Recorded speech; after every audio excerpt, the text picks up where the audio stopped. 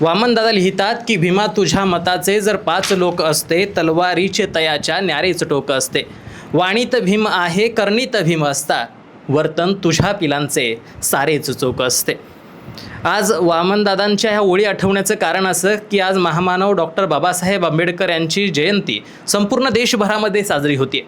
आणि ही जयंती साजरी होत असताना एक प्रश्न आपसूक मनात निर्माण होतो की ज्या वेळेला घरामध्ये सकाळी उठल्यानंतर पहिला विषय निर्माण होतो की चर्चेला येतो की आज जयंती आहे बाबा, भीमाची जयंती आहे, महामानव डॉक्टर बाबासाहेब आंबेडकरांची जयंती आहे. त्यावेळेला घरातील जुनी जाणती अडाणी माणसं म्हणायला लागतात की आपली कुठं जयंती, ती तर त्या यांची जयंती, त्यांची जयंती. म्हणजे मुळात असा विषय आहे की आजही समाजामध्ये जी वर्णव्यवस्था आहे ही मिटलेली नाही. आजही लोकांना वाटतं की डॉक्टर बाबासाहेब आंबेडकर म्हणजे फक्त दलितांचे. आजही लोकांना वाटतं की छत्रपती शिवाजी महाराज म्हणजे फक्त मराठ्यांचे. आजही लोकांना वाटतं की ज्यावेळेला इतर महापुरुष आहेत, म्हणजे ज्यावेळेला आपण महात्मा ज्योतिबा फुलेंचं नाव घेतो त्यावेळेला ते फक्त माळ्यांचे होऊन राहिलेले आहेत. आणि मग अशी सगळी जी व्यवस्था आजही निर्माण झाली ही कशामुळे झाली बाबा? याच्यासाठी कारणीभूत कोण? आजही समाजामध्ये असे तेढ निर्माण करणारी माणसं कोण आहेत? सत्तेच्या सारीपाटावरती स्वतःच्या मताच्या पेट्या भरण्यासाठी, स्वतःच्या भाकरी भाजण्यासाठी आजही वर्णव्यवस्था जिवंत ठेवण्याचं काम होतं आहे. आजही गांधींच्या विरोधात बाबासाहेब अशी समीकरणं निर्माण केली जातात. आजही मराठी आणि बौद्ध हे कुठंतरी वेगळे आहेत. मराठ्यांचे छत्रपती शिवाजी महाराज, बौद्धांचे कुठंतरी बाबासाहेब, ही समीकरणं तयार व्हायला लागतात. त्यावेळेला खरंच मनामध्ये कुठंतरी या जातीयता समूळ नष्ट झाली पाहिजे, समता प्रस्थापित झाली पाहिजे. याच्यासाठी प्रयत्न करणाऱ्या त्या डॉक्टर बाबासाहेब आंबेडकरांचा तो विचार, तो समतावादी विचार आज आपण अनुसरलाय का? हा प्रश्न निर्माण व्हायला लागतो. आणि म्हणूनच आजच्या या दिवशी याच्यापेक्षा योग्य विषय आम्हाला सापडतच नाही. मुळात सगळ्यात महत्त्वाचं म्हणजे आज समाज व्यवस्थेत असणाऱ्या काही महत्त्वाच्या प्रश्नांवरती प्रकाश टाकायचा आहे. नमस्कार, मी अक्षय तुमच्या सगळ्यांचं स्वागत करतो आपल्या शब्दवेडे चॅनलवरती. मंडळी, सगळ्यात महत्त्वाचं म्हणजे आज आपल्या समाजामध्ये काही वाद आणि तेढ निर्माण केले जातात. म्हणजे आजही महात्मा गांधी विरुद्ध डॉक्टर बाबासाहेब आंबेडकरचं चित्र लोकांच्या मनात निर्माण केलं जातं. आजही कुठेतरी बऱ्याच गाण्यांमध्ये आपण ऐकत असतो की डॉक्टर बाबासाहेब आंबेडकर हे नोटेवरती किती छान दिसले असते असं म्हणत असताना ते म्हणणं इथपर्यंत चांगलं असतं, परंतु ते करत असताना गांधींऐवजीच बाबासाहेब पाहिजे होते असं म्हणणं कुठंतरी संकोचाचं वाटायला लागतं. गांधीही असू द्यात, बाबासाहेब असू द्यात, तर त्या गोष्टीचं स्वागत आहे. मुळात सांगायचं काय आहे, त्या त्या व्यक्तींनी त्या त्या काळामध्ये घेतलेल्या भूमिका या देशासाठी होत्या हे लक्षात घ्यावं लागेल. मग ज्यावेळेला गांधी विरुद्ध बाबासाहेब हे समीकरण तयार करायला जातो त्यावेळेला त्यांच्यातले वाद काय होते हेही समजून घेणं गरजेचं आहे. कशासाठी होते? आज जाती व्यवस्थेच्या संदर्भात गांधींचा विचार होता की सुधारणावादी दृष्टिकोन हा गांधींचा होता, तर डॉक्टर बाबासाहेब आंबेडकरांचा विचार होता की जाती व्यवस्था समूळ नष्ट व्हायला हवी. तर गांधी म्हणत होते की याच्यामध्ये सुधारणा व्हायला हवी, कारण लगेच सगळं समूळ नष्ट करणं सोपं नसतं. दुसरा, दलितांच्या संदर्भातला राजकीय अधिकारांचा जो मुद्दा झाला होता त्याच्यावरती डॉक्टर बाबासाहेब आंबेडकरांचं मत होतं की दलितांसाठी हे वेगळे मतदारसंघ असायला हवेत, त्यांना मतदानाचा एक वेगळा अधिकार असायला हवा. आणि त्यावेळेला महात्मा गांधींचं असं मत होतं की दलितांची जर मताची पद्धतच वेगळी करून टाकण्यात आली तर देश फुटेल, तुटेल, आणि हा तोडायचा नसेल तर काहीतरी याच्यात थोडे वैचारिक बदल करणं अपेक्षित आहे. त्याचनंतर पुणे करार ज्यावेळेला झाला होता त्यावेळेला महात्मा गांधींनी उपोषण केले, या सगळ्यांना माहिती आहे. त्यानंतर महात्मा गांधींच्या बद्दल अनेकांच्या मनामध्ये वेगळ्या पद्धतीची भावना निर्माण झाली.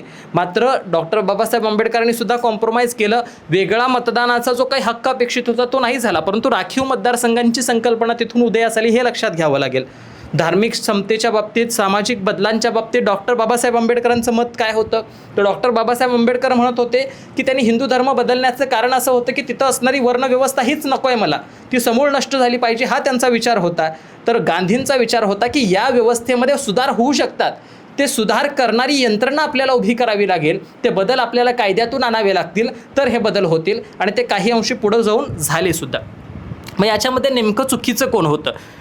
गांधी समाजामध्ये कुठंतरी एकता प्रस्थापित करण्यासाठी प्रयत्न करत होतेच की.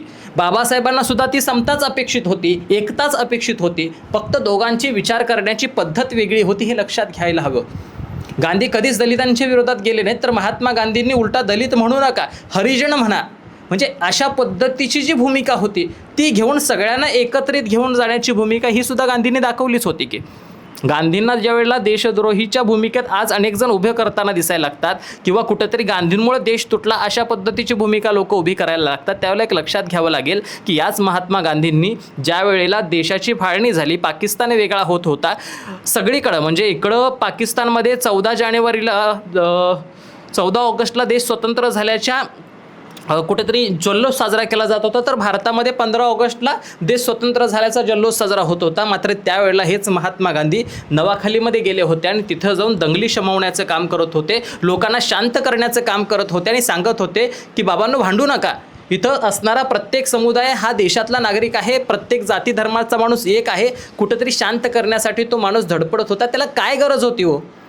ज्या वेळेला त्यांना लक्षात आलं की आजही देशात आल्यानंतर अनेक लोक असे आहेत की ज्यांना 2 वेळचं खायला मिळत नाही, ज्यांना अंगावरती घालायला कपडे मिळत नाहीत, त्यावेळेला याच महात्मा गांधींनी त्यावेळेला स्वतःहून स्वतःच्या अंगावरची असणारी कपडे त्यागलेली होती. हे आपण बघितलं नाही का?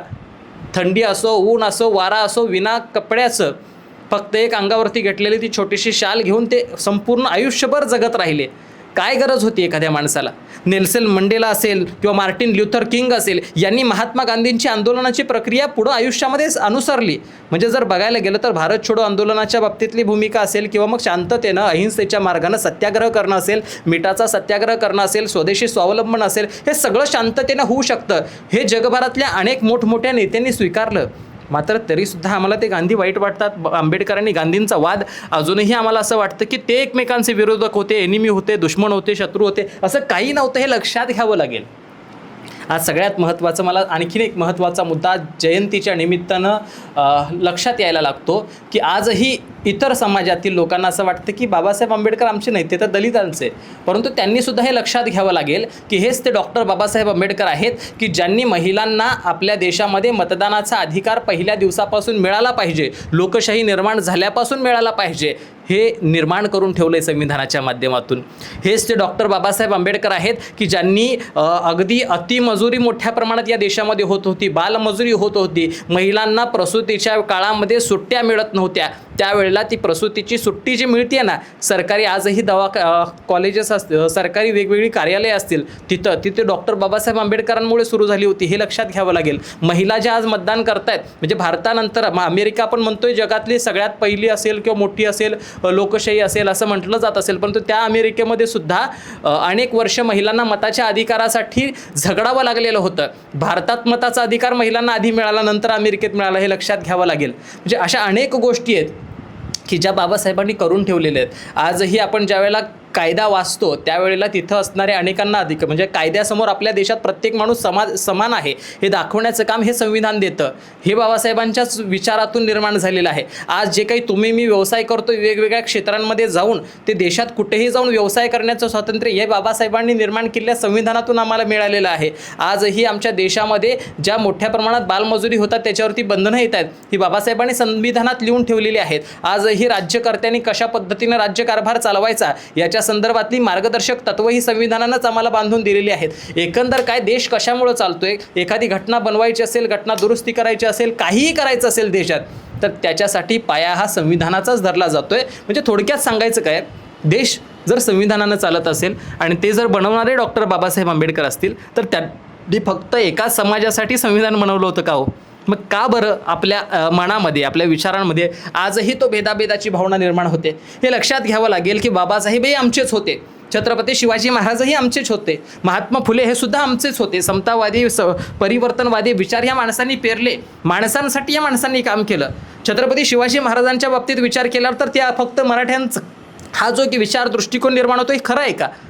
आजही जर विचार केला तर यसाजी कंकसारखा सगळ्यात विश्वासू माणूस हा छत्रपती शिवाजी महाराजांजवळ होताच ना. तो काय फक्त एकाच मराठा समाजाचा नव्हता ना.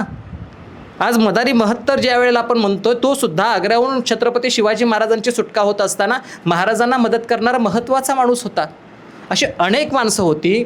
त्या काळामध्ये जात आणि धर्म या व्यवस्थेला महत्त्व एवढं नव्हतं, तर छत्रपती शिवाजी महाराजांच्या काळामध्ये तिथं स्वराज्यासाठी माणसांसाठी लढणाऱ्या माणसांना महत्त्व होतं. त्यामुळे त्यांनीसुद्धा कधी जात बघितले नाही, हे लक्षात घ्यावं लागेल. बाबासाहेबांनी वर्णव्यवस्था संपूर्ण नष्ट करण्याचा प्रयत्न केला, कारण ती वर्णव्यवस्था जी होती ती इथल्या सर्वसामान्य माणसाचा जगण्याचा अधिकार हिरावून घेत होती. आणि म्हणून बाबासाहेबांनी निर्माण केलेलं संविधान असेल, बाबासाहेबांनी निर्माण केलेली समता असेल, ही अजूनही आम्हाला कळू शकलेली नाही आहे. हे दुर्दैवी आहे.